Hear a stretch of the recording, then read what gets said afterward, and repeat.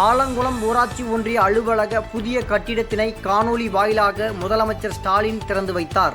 தென்காசி மாவட்டம் ஆலங்குளத்தில் ஊராட்சி ஒன்றிய அலுவலகத்திற்கான புதிய கட்டிடம் ரூபாய் 3,63,47,000 மதிப்பீட்டில் கட்டப்பட்டுள்ளது. இந்த கட்டிடத்தினை முதல்வர் ஸ்டாலின் சென்னை தலைமை செயலகத்தில் இருந்து காணொலி காட்சி வாயிலாக புதிய கட்டிடத்தினை திறந்து வைத்தார்.